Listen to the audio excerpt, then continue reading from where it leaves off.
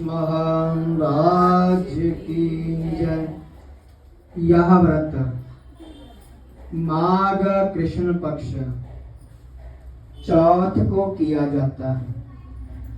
इस दिन विद्या बुद्धि को देने वाले गणेश तथा चंद्रमा जी की पूजा करनी चाहिए। एक बार विपत्ति में पड़े हुए देवता भगवान शिव शंकर जी के पास गए। उस समय भगवान शिव के सामने स्वामी कार्तिकेय और गणेश जी विराजमान थे।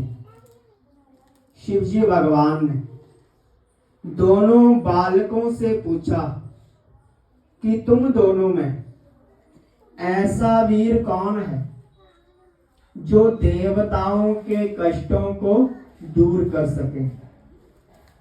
तब कार्तिकेय ने कहा कि मुझे देवताओं का सेनापति बना दीजिए, मैं इनके सारे कष्टों को दूर कर दूंगा। तब शिव भगवान ने गणेश जी की इच्छा जाननी चाहिए।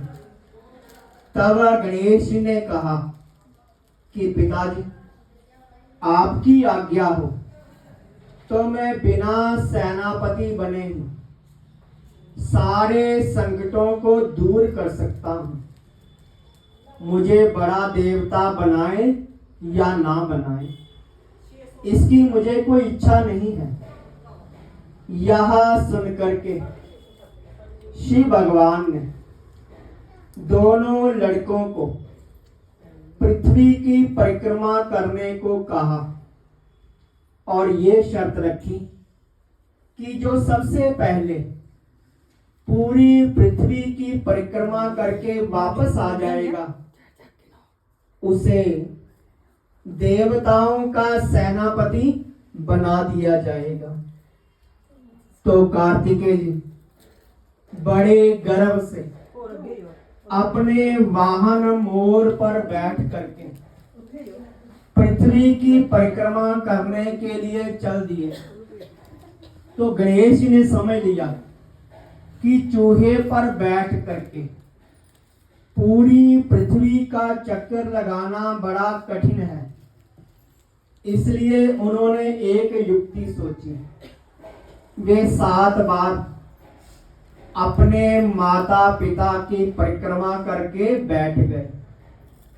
रास्ते में कार्तिकेय को पूरी पृथ्वी पर ना गणेश जी दिखाई दिए, ना चूहे के पैरों के निशान दिखाई दिए। परिक्रमा करके जब लौट आए, निर्णय की बारी आई, तो कार्तिकेय जी कहने लगे कि मैंने पूरी पृथ्वी का चक्कर अकेले लगाया है, मैंने गणेश जी को कहीं पर भी नहीं देखा है।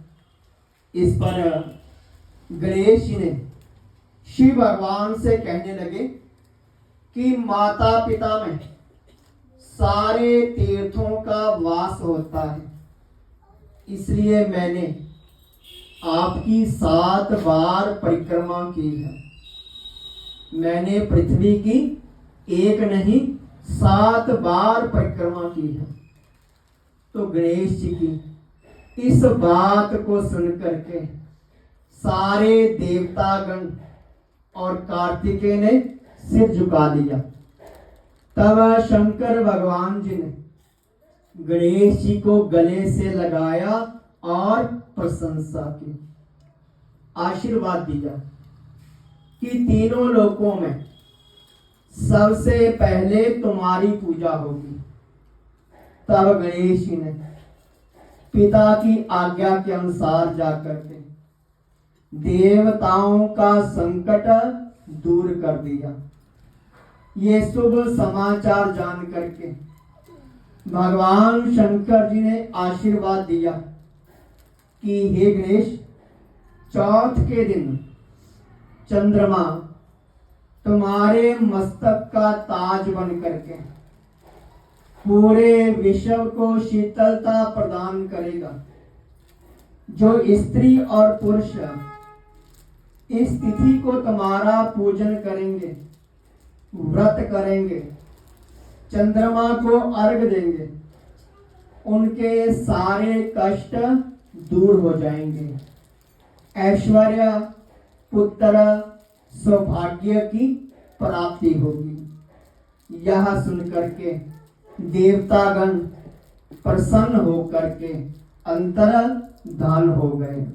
जो भी संकट चौथ का व्रत विधि के साथ करता है, उसके सारे संकट दूर हो जाते हैं। बोलिए श्री गणेश महाराज की जय।